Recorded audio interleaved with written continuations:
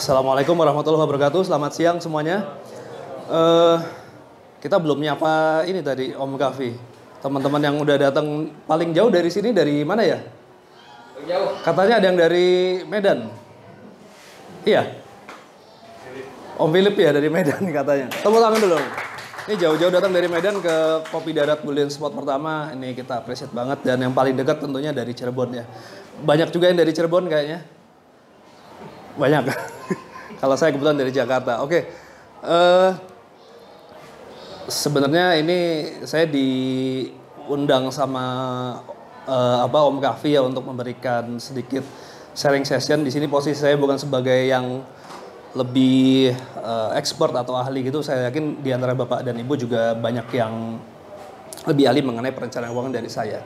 Tapi izinkan saya untuk sharing apa yang saya ketahui mengenai perencanaan keuangan. Oke, silakan Om Kafi. Ini judulnya menggunakan perak untuk mencapai tujuan keuangan. Ini sedikit mengenai saya. Nama saya Taufik Ismail. Kalau di luar saya kadang dikenal sebagai mentor keuangan. Saya adalah sebenarnya seorang karyawan BUMN, seorang pekerja. Cuman kebetulan saya hobi di personal finance. Jadi saya banyak berkecimpung di mengenai bagaimana merencanakan keuangan untuk mencapai tujuan keuangan. Saya ada beberapa sertifikasi mengenai perencanaan keuangan seperti CFP, IFP, RFC, ada beberapa. Selain sebagai karyawan dan personal finance enthusiast, saya juga menulis buku. Kebetulan nanti ada beberapa buku yang bisa menjadi door prize. Kemudian saya juga content creator untuk 2 channel YouTube, Mentor Keuangan dan Gudang Emas dan Perak. Monggo silakan di subscribe. Lanjut, Tom. Nah ini kita langsung masuk ke materi ya Bapak Ibu. Jadi kalau kita ngomong mengenai perak, emas kebanyakan mungkin udah banyak yang tahu ya. Di sini kita akan banyak bahas mengenai perak. Perak itu apa? Nomor 47 itu adalah nomor atomnya perak. Simbolnya adalah Ag atau argentum. Jadi kalau yang tadi dikasih tahu sama Om Kafi, ini ada yang di bagian ini ya.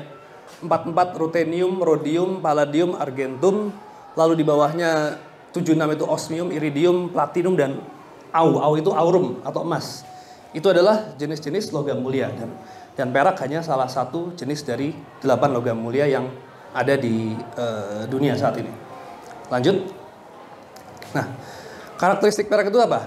Elastis, dia gampang dibentuk ya. Dia lunak, berwarna putih, sesuai namanya argentum. Argen itu shiny, berkilau. Dan yang paling banyak digunakan kegunaan perak apa? Ini sebagai konduktor listrik dan konduktor panas. Jadi kita tahu perak banyak digunakan sebagai komponen dalam banyak komponen elektronik sebagai konduktor listrik. Dan dia juga antibakteri. Kalau Bapak Ibu tahu mungkin zaman dulu perak ini banyak digunakan untuk anti peradangan, anti inflamasi, dan kalau sampai sekarang juga masih ya sebagai bahan alat kedokteran itu ada mengandung perak. Kemudian kalau kita tahu juga ada colloidal silver spray, jadi air perak itu kadang bisa kita beli ya, dijual bebas untuk mengurangi peradangan di kulit atau tubuh kita. Itu juga bisa digunakan perak. Lanjut. Nah ini tadi kegunaannya untuk industri fotografi, kedokteran, panel surya, pemurnian air, cermin, kendaraan listrik. Ini banyak banget kegunaan perak di industri. Kita akan banyak bicara mengenai yang di sebelah kanan ini. Jadi di instrumen keuangan, perak sebagai instrumen untuk investing, sebagai untuk instrumen trading, atau saving menabung, atau untuk collecting, yaitu untuk koleksi. Oke, lanjut. Nah ini bentuk-bentuk perak contoh. Di sini contohnya contoh bullion spot semua ya kebetulan. Ini perak batangan. Ada yang ini koin, salah satu koin pertama kali bullion spot ya, Om Kafi ya, Cendrawasih color. Ada yang non-color, ada yang batangan, dan tentunya perak juga banyak tersedia dalam bentuk perhiasan seperti cincin atau kalung ya. Oke, lanjut. Nah, kalau kita masuk ke intinya yaitu bagaimana menggunakan perak untuk memenuhi tujuan keuangan. Kalau Bapak Ibu dalam memenuhi tujuan keuangan itu salah satu atau beberapa prinsip yang perlu diketahui adalah kita harus mengetahui profil risiko kita. Apakah kita ini orangnya konservatif, moderat, atau agresif. Kalau konservatif itu gimana? Cenderung menghindari resiko. Jadi kalau biasanya Bapak Ibu ini yang suka instrumennya seperti deposito atau cukup ditaruh di brankas saja uangnya. Nah, itu konservatif. Kalau moderat dia biasa cenderung udah mulai ke instrumen yang lebih berisiko.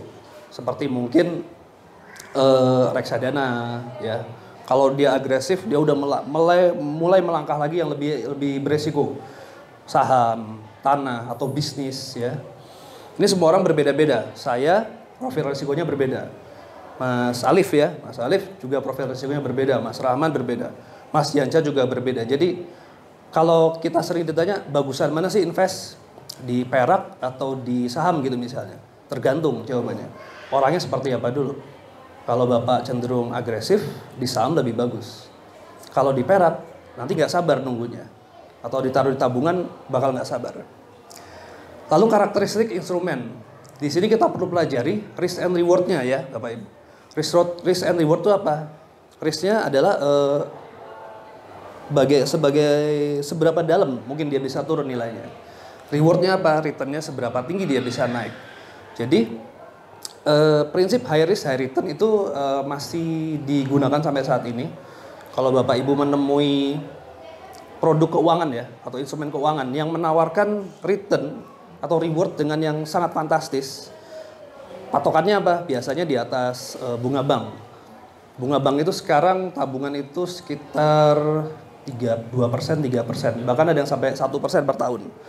Kalau dia bisa menawarkan fix sampai 10% atau 15% per tahun, fix ya, artinya tetap, itu perlu dicerna lebih lanjut, perlu diteliti lebih lanjut mekanisme seperti apa, likuiditasnya. Likuiditas ini adalah cara bagaimana kita menjual kembali, merealisasikan keuntungan. Legalitasnya seperti apa? Kalau dia instrumen keuangan yang seperti saham, apakah dia berizin OJK atau tidak? Kalau dia seperti kripto atau emas digital, dia sudah berizin Bapepti atau tidak? Beberapa sebulan 2 bulan lalu ada ini ya, produk emas digital yang kita tahu bermasalah. Beberapa tahun sebelum mengenai produk kalau nggak salah yang forex yang menawarkan keuntungan tetap, itu juga bermasalah. Jadi berhati-hati dalam memilih suatu produk investasi atau keuangan. Yang harus diperhatikan ketiga adalah horizon waktu. Apakah pendek, menengah atau panjang? Nah, ini harus disadari bahwa semua instrumen itu memiliki karakteristiknya masing-masing. Ada yang horizon waktunya pendek, ada yang menengah, ada yang panjang. Nah, ini gunanya untuk apa? Jadi harus disesuaikan dengan tujuan Bapak Ibu. Kalau ada yang punya tujuan yang masih bujang di sini mungkin akan menikah tahun depan gitu ya. Menyiapkan dana pernikahan, itu nggak cocok dengan instrumen yang karakteristiknya jangka panjang. Karena akan sangat volatile di situ. Ada risiko yang sangat besar. Lanjut. Oke, nah ini kita mulai masuk ke perak. Ini agak kurang jelas ya gambarnya. Tapi kalau di atas itu, kalau kita lihat itu adalah perak untuk mata uang USD kalau nggak salah. Perak dalam mata uang USD grafiknya seperti itu Bu ya. Sangat fluktuatif. Kalau yang di bawah ini dalam mata uang Indonesian rupiah. Kalau Bapak Ibu lihat fluktuasinya ada mirip atau perbedaan. Kalau kita lihat yang di sebelah kiri atas itu tiba-tiba naik sangat tajam, turun sangat tajam. Lalu dia naik lagi, turun lagi, naik lagi. Kalau yang di dalam mata uang rupiah kita bisa lihat di sini kecenderungannya naik. Kenapa bisa berbeda gitu? Karena kalau di Indonesia ada satu faktor lagi yang mempengaruhi, yaitu nilai tukar mata uang US dollar terhadap rupiah. Sehingga kalau kita lihat ini saya ambil dari goldprice.org ya. Performa dalam USD dan IDR ini berbeda. Jadi kalau Bapak Ibu sering dengar sekarang harga emas 1.820 per troy ounce. Perak sekitar berapa ya sekarang ya? Saya berapa? 21. Nah, oke. Saya sampai nggak merhatiin harga udah 21,3. 21,3 US dollar akan berbeda dengan yang di rupiah pergerakannya. Apakah dia naik volatilenya atau turun sedalam apa? Kalau kita lihat di IDR ini 5 Januari dia naiknya dalam 20 tahun 749%, secara US dollar 384%. Hampir 2 kalinya kalau dalam IDR. Tapi kalau USD hanya 300. Begitu juga per 30 Januari 384%. Tapi kalau kita lihat dalam IDR dia 700%. Selama 20 tahun ya Bapak Ibu. Lanjut. Ini untuk memberikan gambaran bahwa Bapak Ibu harus mengetahui karakteristik perak itu sendiri. Karena kita lagi ngomongin perak nih sekarang. Mau entah sebagai alat investasi, mau sebagai alat tabungan, please Anda harus tahu perak itu seperti apa karakteristik harganya. Kalau kita lihat lagi, ini adalah dalam jangka waktu, ini 5 tahun kalau nggak salah. Ini 1 tahun. Ini 3 tahun. Ini berapa nih Mas Kavi? Yang kanan bawah nih nggak kelihatan saya. Dalam berbagai tahun ya ini ya. Ini paling bawah 3 tahun. Semuanya fluktuatif ya Bapak Ibu. Fluktuasi. Tapi secara jangka panjang dia mengikuti saudaranya emas. Cenderung naik atau uptrend. Secara jangka panjang. Nah, oke, lanjut. Nah, ini salah satu rasio yang banyak dibicarakan, yaitu gold silver ratio. Jadi bagaimana perbandingan antara harga emas dengan harga perak. Kalau yang saya ketahui, biasanya kalau sudah menyentuh 80 seperti di atas, itu harga perak relatif undervalue dibandingkan dengan emas. Kalau gold silver ratio yang sekarang berada di 45, maka secara harga dia cukup mahal. Nah, cukup mahal ini juga jadi tanda kutip. Kalau rasio yang banyak, yang dulu beredar, bukan dulu beredar ya, yang dulu digunakan ya, zaman Romawi, lalu zaman Islam ya, itu rasionya antara 12 sampai 15. Rasio ini mencapai sampai 80 itu baru terjadi sekitar 100 tahun kebelakangan. Mulai dari 40 dia naik ke 80 tahun 90-an, turun lagi ke 40 di tahun 2000, naik turun seperti ini. Nah, ini gunanya untuk apa? Ini nanti mungkin dijelaskan Mas Julian Syah ya, bagaimana kita akan menggunakan salah satu tools ini untuk menentukan timing, kapan kita membeli perak dan kapan kita menjual perak. Ini hanya salah satu tools. Tidak wajib digunakan karena ini jangka waktunya sangat panjang ya. Kalau Bapak Ibu perhatikan, dia menyentuh 45 itu di tahun 1983, mungkin baru balik lagi tahun 2000 lah taruh. Berarti sekitar 15 tahun. Dari tahun 2000 ke ini lagi sekitar 7 tahun. Ke 2010 lagi 5 tahun dan sampai sekarang belum kembali lagi ke 45 setahu saya. Dari 2010 masih terus sekarang di kisaran 80-an ya. 84 kalau nggak salah. Dia belum balik lagi ke 45. Oke, lanjut. Ini. Terakhir 2010 tadi 2012 ya, di 45 dan sampai sekarang masih di 80. Masih cukup tinggi dan itu artinya perak secara relatif masih undervalue dibandingkan dengan emas. Lanjut. Oke, ini contoh aja ya sebenarnya. Namanya juga nama-nama orang yang fiktif ya. Itu nama bapaknya nama Bapak Kavi, ibunya Ibu Yuli, lalu ada anak pertama namanya Alif dan anak kedua namanya Rahman. Ya, itu fiktif, cuman contoh aja.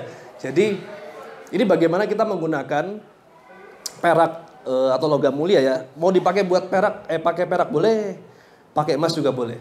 Ya, ini contoh aja. Masukan 15 juta, pengeluaran 60 juta per tahun. Dia punya surplus 1,5 juta, lalu 46 juta per tahun. Nah, ini asumsi-asumsi yang kita pakai. Pensiun usia 55, lalu ada inflasi umum, lalu return deposito sekian, return perak 15%. Itu adalah return perak secara rata-rata. Saya ambil datanya 50 tahun terakhir untuk US dollar. Kalau Bapak Ibu tadi lihat di tabel yang awal, kalau US dollar itu dalam 20 tahun naik sekitar 384%.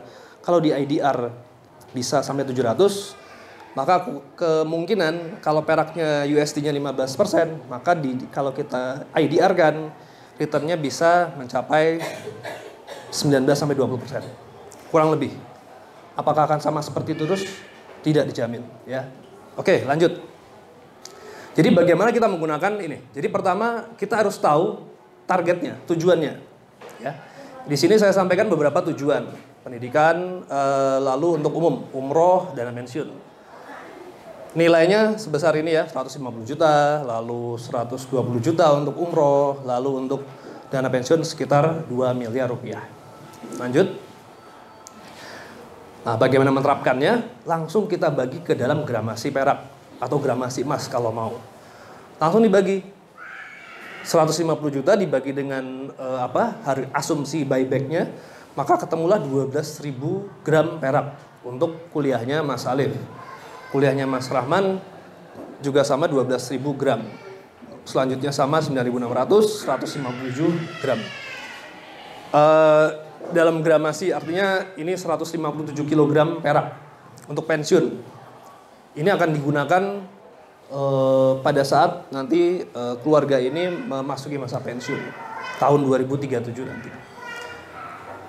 Jadi Bapak Ibu lihat kok banyak banget ya, sampai 150 kilo, 12 kilo perak, 12 kilo perak. Kita lanjut ke slide berikutnya. Nah, Bapak Ibu kalau di sekarang ini kita punya konsep time value of money. Jadi nilai uang masa sekarang sama masa depan berbeda. Di masa depan karena ada asumsi inflasi, maka nilai uang akan semakin menurun. Maka jumlah yang harus disiapkan akan berbeda. Kalau tadi kita menyiapkan dengan nilai 150 juta, 120 juta, 2 miliar, maka pada tahun ke-4, tahun ke-7, tahun ke-9, 14 setelah sekarang, jumlahnya akan meningkat dari tadinya 2,3 miliar menjadi 2,5 miliar. Artinya perak yang dikumpulkan menjadi harus lebih banyak. Yang tadinya 150 kilo akhirnya menjadi 204 kilogram. Ya. Kalau mau dicicil per tahun 19 kiloan, kalau mau dicicil per bulanan 1,6 kiloan. Ya. Tambah banyak dong. Oke. Ini ada satu asumsi yang belum digunakan, yaitu asumsi kenaikan harga peraknya. Lanjut ke slide berikutnya. Kalau kita masukkan asumsi kenaikan perak tadi 15% per tahun, maka jumlah perak yang dibutuhkan sebenarnya hanya 42 kg saja. Jadi sebenarnya sangat jauh berbeda. Kalau sekarang perak tadi sekilo berapa? 15 juta. 15 juta kali 42. Itulah yang Bapak Ibu butuhkan. Pak Kahfi butuhkan untuk kuliahnya Mas Alif, kuliahnya Mas Rahman, untuk umroh keluarga dan dana pensiun nanti. Cukup 42 kilo yang dikumpulkan. Jadi yang kita kumpulkan adalah gramasinya ya, Bapak Ibu. Bukan nilainya. Yang kita targetkan adalah gramasinya. Nanti ada pertanyaan tambahan. Bagaimana cara mengumpulkan 42 kilonya? Tentu itu akan kita sesuaikan dengan pemasukan pengeluaran Bapak Ibu. Gaya hidup, kebutuhan lainnya. Itu akan sangat variatif dan fluktuatif tergantung apakah misalnya Mas Kahfi punya anak lagi. Itu akan berbeda lagi. Ya. Lanjut. Nah, ini dia. Ini tadi yang saya bilang don't forget the risk. Jadi perak ini punya resiko fluktuasi nilai. Ya, ada surplus defisit dari tujuan keuangan itu sangat. Jadi dalam perencanaan keuangan itu ada namanya ini Bapak Ibu, financial check up. Jadi kalau Bapak Ibu melakukan medical check up tiap tahun, jangan lupa lakukan juga financial check up setiap tahun. Gunanya apa? Gunanya untuk mengetahui apakah dana yang sudah kita kumpulkan, kebutuhan kita, apakah masih sama atau tidak dengan tahun lalu. Ini sangat berguna untuk kita memonitor. Jadi misalnya Mas Kahfi sudah mengumpulkan tadi 10 kg perak tahun ini. Begitu tahun depan dicek melalui financial check up, ternyata harga perak itu naiknya bukan 15%, tapi hanya 5%. Artinya gramasi yang dibutuhkan menjadi lebih banyak. Perlu dikumpulkan lebih banyak lagi. Resiko kehilangan harus berhati-hati dalam menyimpan perak. Ada resiko pemalsuan, makanya beli di recommended seller dan distributor yang terpercaya. Dan ada risiko spread atau selisih harga jual dan beli. Ini adalah kalau Bapak Ibu beli perak sekarang harga 600.000, hari ini dijual dengan harga buyback pasti ada selisihnya. Lanjut. Apa tadi sebelumnya? Oh ya. Nah, setelah ini semua tadi sudah dijelaskan, apakah ini semua tentang emas atau perak saja? Tidak Bapak Ibu ya. Jadi lanjut, perjalanan kita sebenarnya itu masih ada di sini, Bapak Ibu. Masih di alam dunia, ya. Berakhirnya kemana, tujuannya kemana? Masih panjang, Bapak Ibu. Di neraka atau surga. Ini nanti Bapak Ibu nanya nih, emang ngomongin perak kenapa ngomongin surga neraka sih? Hubungannya apa? Ya. Jadi sebagai seorang perencana keuangan, saya wajib menyampaikan ini. Jadi kalau Bapak Ibu di luar, pasti banyak yang mengatakan, menyarankan bagaimana menjadi kaya, cepat menjadi kaya, ya, instan. Bagaimana menyiapkan, bagaimana cara bebas finansial secepat mungkin, ya. Mungkin banyak seperti itu. Itu bagus, menjadi kaya itu bagus. Tapi kekayaan itu kan nanti bagaimana kita memanfaatkan, kita menggunakannya. Perjalanan kita masih panjang, akan berakhir nanti di sana. Kita masih di sini. Jadi please jangan hanya berpikir mengenai perak, duit, kaya. Lanjut. Nah, kalau ini saya mengutip kata-kata Buya Hamka di sini. Kalau hidup hanya sekedar hidup, maka kera di rimba juga hidup. Kalau kerja hanya sekedar kerja, kerbau di sawah juga kerja, Bapak Ibu. Jadi apa maksud tujuan hidup kita? Apa yang kita cari di dunia ini? Oke, lanjut. Oh sudah. Jadi kalau Bapak Ibu sudah mengumpulkan perak nantinya, ya, please jangan lupa tujuannya untuk apa? Apakah untuk pendidikan anak?